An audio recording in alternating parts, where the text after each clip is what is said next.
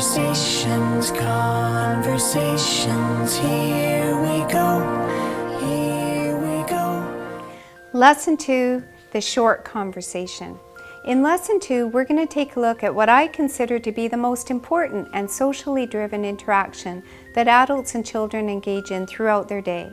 It's a highly predictable, informal form of discourse that doesn't attempt to address a specific topic of conversation. It's simply done for its own sake. It's what we might call chit-chat, small talk, or what Color My Conversation calls the short conversation. It typically consists of initial greetings, followed by some basic questions or conversation starters. After a couple of exchanges, the conversation is then wrapped up with a final comment or conversation stopper before saying the goodbyes. The value of this form of conversation cannot be overstated. For example, it's a bonding ritual. It's a highly critical social function to initiate a social interaction. It's a time buyer. Think of door-to-door salesperson. That person on the other side is engaging in chit-chat with you to develop a sense of trust and relationship. You, on the other hand, are engaging in chit-chat as you are making decisions as to how far that conversation is going to go. It's also a silence avoider. Think elevator. You have a couple of options. You can look up, you can look down, you can look at the numbers, you can look at the wall, you can look at the person in the elevator, or you can engage in a little bit of chit-chat. It's also a time passer, so think amusement park. You've got 45 minutes before the ride. You've seen everything else around you. If the family's doing well, you look at the person in front of you and you decide to engage in a little bit of chit-chat. It's also an experience share, so think later that night when the fireworks are going and the music is playing and you're caught up with the emotion, you turn to a complete stranger and you engage in a little bit of chit-chat. It's a resume maker. Think about first impressions. They count both personally and professionally. People will make decisions on your level of intelligence or your level of social etiquette based on your ability to have this conversation. And it's also a relationship builder. Think family, school, professional settings. Why do we do it? We do it to develop relationship. Like the yellow conversation, the short conversation is predictable, redundant, and rule-governed form of dialogue. We can use this to our advantage with our kids. We can teach them the things that we say in this type of conversation, and in so doing, open up the conversational opportunities that some may not have previously had access to. Here are some basic tools that you'll need. Your 2 yellow conversation stones, your green conversation stone, your red conversation stone, your black felt marker, and your Color My Conversation ball. Here are your basic signs and gestures. We have the hello, the goodbye, start, stop, yellow, short, question, and answer. All right, kids, so today we're going to learn a new type of conversation. This one's called the short conversation. Now you can see we've got 2 new colors in our path. We have the green conversation starter and the red conversation stopper.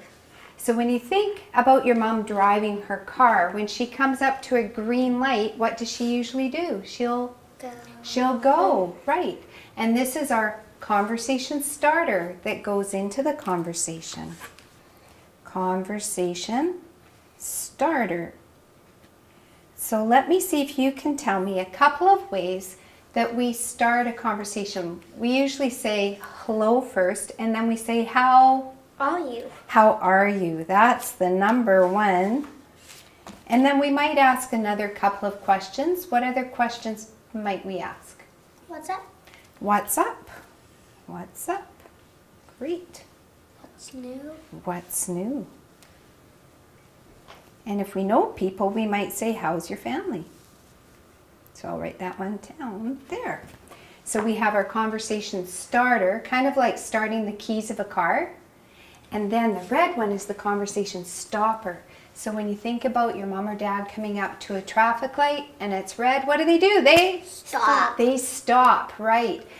In the conversation stopper, there's things that we will say to get ready before we say our goodbyes, all right? So how do we let our conversation partner know that the conversation is about to stop? What kind of things might we say? I have to go. I have to go. See you later. See you later would be here, but we could maybe do, I'm going to have to be going soon. Do you want to try that one? I'm going to have to be going soon. Okay?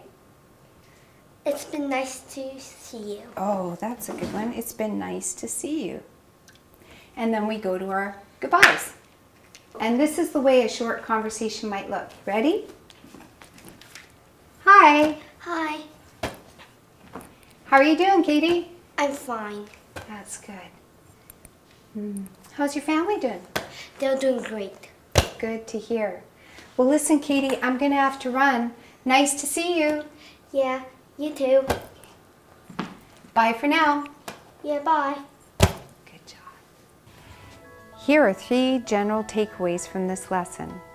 It's the conversation that we're going to use when we want to have a chat with someone we've just met, and we can also use it when we don't have much time and we see someone we know. We can use generic or stylized forms of conversation starters and stoppers depending on who we are talking to. The short conversation is a powerful social tool.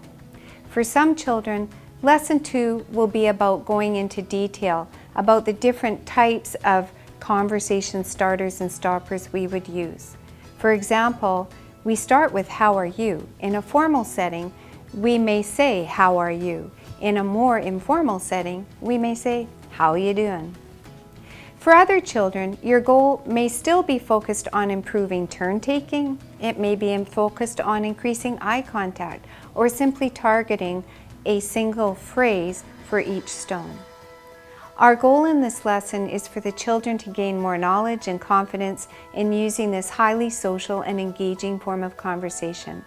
For more helpful tips and carryover activities for this and all of the other lessons, refer to the helpful tips and keeping it fun sections at the end of each lesson.